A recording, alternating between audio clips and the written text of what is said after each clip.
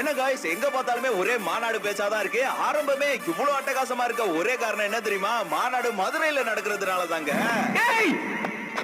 நானும் மதுரைக்காரன் தான். நாம் எதுவும் செய்யாம இருக்கிறது நல்ல விசுவாசமா இருக்குமா? தாயகத்தை காக்க, தமிழகத்தை எதிரியின் பிடியில் இருந்து நீக்க, மக்களின் குறைகளை போக்க, திரண்டு வரும் மக்களின் அன்போடு, தொண்டர்களின் பாசத்தோடு, மதுரை மீனாட்சி அம்மன் துணை கொண்டு, கள்ளழகர் போல காட்சியளித்து, கருப்பசாமி அவதாரத்தோடு சாட்டை எடுத்து நாட்டை திருத்த தமிழக வெற்றி கழகத்தின் தலைவர்